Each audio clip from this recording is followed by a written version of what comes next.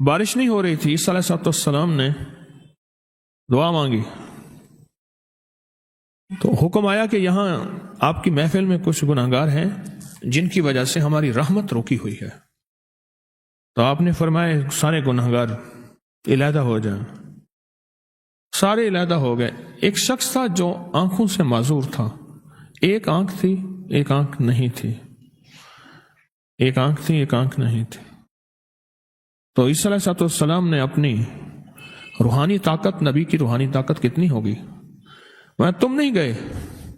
اس نے کہا جی اللہ کے غیر پہ میری نظر پڑی تھی، میں نے وہ آنکھ نکال دی تھی، اگر دوسری نظر پڑتی تو دوسری بھی نکال دیتا. عیسیٰ علیہ السلام رو پڑے، فرمایا تو بارش کے لیے دعا کر. اور اس نے ہاتھ اٹھائے اور اللہ کی شان بیان کی، اللہ کی صفات بیان کی، اور اللہ کی شان ایسی بیان کی کہ بس ابھی ہاتھ نیچے ہی آئے تھے بادل آ گئے اور بارش برسنے لگی. توبۃ النصوح. ڈپٹی نذیر احمد دہلوی ایک بہت بڑے ناول نگار، افسانہ نگار، ان کی ایک تفسیر بھی ہے. انہوں نے ایک افسانہ بھی لکھا، اس کا نام تھا توبۃ النصوح. نصوح ایک نام کا نام بندہ تھا، وہ بادشاہ کے محل میں رہتا تھا خواجہ سرا بن کے. جبکہ وہ مرد تھا، وہ ساری عمر خواجہ سرا بنا رہا، حرم سرا میں رہتا تھا، عورتوں میں رہتا تھا. ایک دفعہ شہزادی کا ہار گم ہو گیا، قیمتی ہار تھا، 9 لاکھ کا ہار تھا. ہار گم ہو گیا. اس نے کہا جی ہار یہی محل کے اندر ہے، گیا کوئی نہیں. تو اس نے کہا جو محل کے خدام ہیں ان کی تلاشی لے. اب سب کو لائن لگوائے تلاشی لینے کے لیے. آج جب تلاشی لینے کے لیے لائن لگائے تو اس نے کہا آج پردہ کھل جائے گا. بس وہیں کھڑے کھڑے اللہ سے توبہ کی، توبۃ النصوح. کھڑے کھڑے، نہ نفل پڑھے، نہ وضو کیا، نہ تسبیح کی، نہ قبلہ رخ ہوا، پتہ نہیں کس رخ کھڑا تھا، کچھ بھی نہیں، بس دل ہی دل میں اللہ سے باتیں کی، اور دل ہی دل میں اللہ کو منایا، اور دل ہی دل میں اللہ سے راز و نیاز کیا کہ بس معاف کر دے. ایک ہے استغفار، معاف کر دے. ایک ہے توبہ، پھر نہیں کروں گا. استغفار اور توبہ میں فرق ہے. ایک ہے استغفار، معاف کر دے، اور ایک ہے توبہ، پھر نہیں کروں گا. ایسی کوئی توبہ زندگی میں آئی، ایسی آئی کہ وہاں سے آنے سے پہلے ہار مل گیا. انہوں نے بھی ہار مل گیا، چلو جاؤ. اور اس کی توبہ ایسی قبول ہوئی، ایسی قبول ہوئی. آج بھی جو پکی توبہ کرتا ہے اس کے بارے میں کہا جاتا ہے کہ اس نے ایسی توبہ کی جیسے توبۃ النصوح. نصوح نے توبہ کی تھی، اس کا نام نصوح تھا. ایسی توبہ کی جیسے توبۃ النصوح. ہمیں زندگی میں ندامت کی ضرورت ہے بہت زیادہ، اور اللہ کے سامنے ندامت کی اشد ضرورت ہے. استغفار کرنے، ندامت کرنے والوں کا رزق وافر کر دیا جاتا ہے. استغفار اور ندامت کرنے والوں کی زندگی عمر بڑھا دی جاتی ہے. استغفار اور ندامت کرنے والے کی زندگی میں بخت کھول دیا جاتا ہے. استغفار اور ندامت کرنے والی کی زندگی کے نصیب اتنے بڑھ جاتے ہیں، اتنے وسیع ہو جاتے ہیں کہ نسل در نسل فیض ملتا ہے. اور استغفار اور ندامت کرنے والی کی زندگی میں ایک چیز ایسی آتی ہے جو شاید کسی کی نہ ہو، وہ پلک چھپکتے ہی اللہ سے مل جاتا ہے. پلک چھپکتے، طرفت عین، پلک چھپکتے. میرے رب کو ندامت پسند ہے. کیوں؟ اللہ کے پاس سب کچھ ہے، ندامت نہیں. اس ویڈیو کو لائک اور شیئر کریں. اب کریں یوٹیوب چینل کو سبسکرائب کریں اور روزانہ زیادہ سے زیادہ سبسکرائب کروائیں. آپ دوسروں کے لیے صدقہ جاریہ بنیں گے، اللہ پہلے آپ کے دکھ ڈالے گا. وہ سردیوں میں بھی کپڑا نہیں پہن سکتے، اور ان کے گھر میں آگ جلے تو آگ لگ جاتی ہے، اور ان کے رزق پہ آگ لگی ہوئی ہے، ان کے نصیبوں پہ آگ لگی ہوئی ہے، ان کے بخت پہ آگ لگی ہوئی ہے. اور سب سے عجیب بات بتاؤں، ہر بندے کو راز کتا کے کاٹ جاتا ہے. میں پرائیویٹ جاب کرتا ہوں، میرا روزانہ کا سفر 30 سے 35 کلومیٹر موٹر سائیکل پر ہے۔ آپ سے سنا تھا دوسروں کی خیر خواہی کرنے والے کی اللہ پہلے خیر کرتا ہے۔ راستے میں اگر کوئی کیل وغیرہ پڑا ہو نظر آئے تو میں بائک سے اتر کر کیل اٹھا کر ایک سائڈ پہ پھینک دیتا ہوں، کسی کی بائک پنکچر نہ ہو جائے۔ ایسا کرنے سے یہ فائدہ ہوا کہ میری بائک کئی ماہ شکر الحمدللہ پنچر نہیں ہوتی، کئی ماہ۔ میرے دل میں خیر خواہی کا جذبہ ہے اور اس خیر خواہی کے جذبے میں اللہ میرا کام بنا دیتا ہے۔ آپ کو میں مختلف نقشے دکھا رہا ہوں۔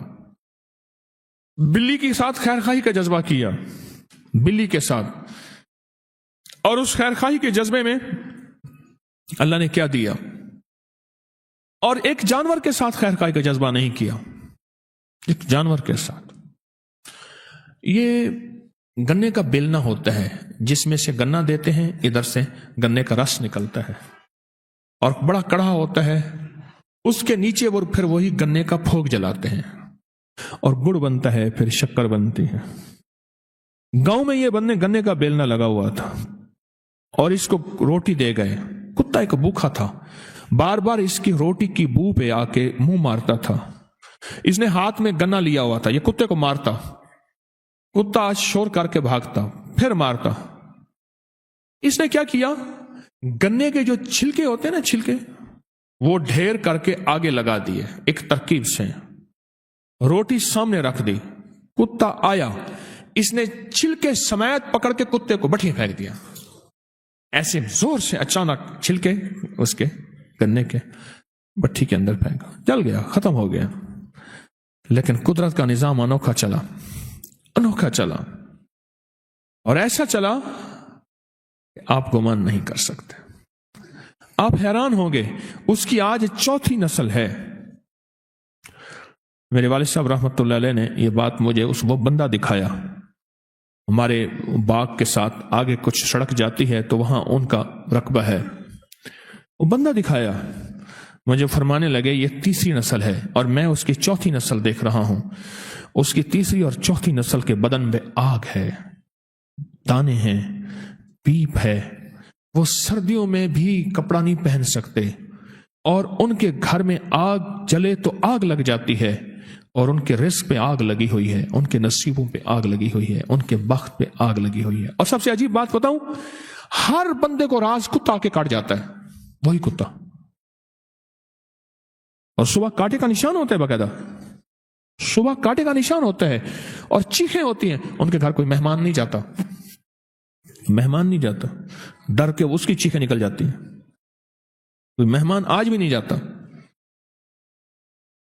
ہر لمحے ہمیں استغفار کی ضرورت ہے، ہر لمحے توبہ کی ضرورت ہے، ہر لمحے ندامت کی ضرورت ہے، ہر لمحے بس اس چیز کی ضرورت ہے تو معاف کر دے۔ یاد رکھیے گا، صدقہ توبہ بھی ہے، برکت بھی ہے، معافی بھی ہے۔ استغفار توبہ بھی ہے، برکت بھی ہے، معافی بھی ہے۔ کسی کو کھانا کھلانا، کسی کی مالی امداد کرنا، کسی کو اترا ہوا کپڑا دے دینا، کسی کو جوتا ضرورت کی زندگی دے دینا، یہ بہت بڑے اللہ کے غصے کو ٹھنڈا کر دیتا ہے، اللہ کے آئے عذاب کو ٹال دیتا ہے۔ یہ چیز بہت بڑے غصے کو ٹھنڈا کر دیتی ہے۔ اس ویڈیو کو لائک اور شیئر کریں، اب کریے یوٹیوب چینل کو سبسکرائب کریں اور روزانہ زیادہ سے زیادہ سبسکرائب کروائیں۔ آپ دوسروں کے لیے صدقہ جاریہ بنیں گے، اللہ پہلے آپ کے اب ایک دکھ ڈالے گا۔ عمل ہے جو گھریلو جھگڑوں، گھروں سے نحوست کو ختم کرنے کے لیے، اولاد، میاں بیوی، بہن بھائی، رشتے ناتے، ان میں محبت ہے۔ اس وقت معاشرہ ٹوٹا ہوا ہے، اور جس کو لفظ کہتے ہیں نا کہ فیملی سسٹم بالکل ٹوٹا ہوا ہے اور معاشرہ ٹوٹا ہوا ہے۔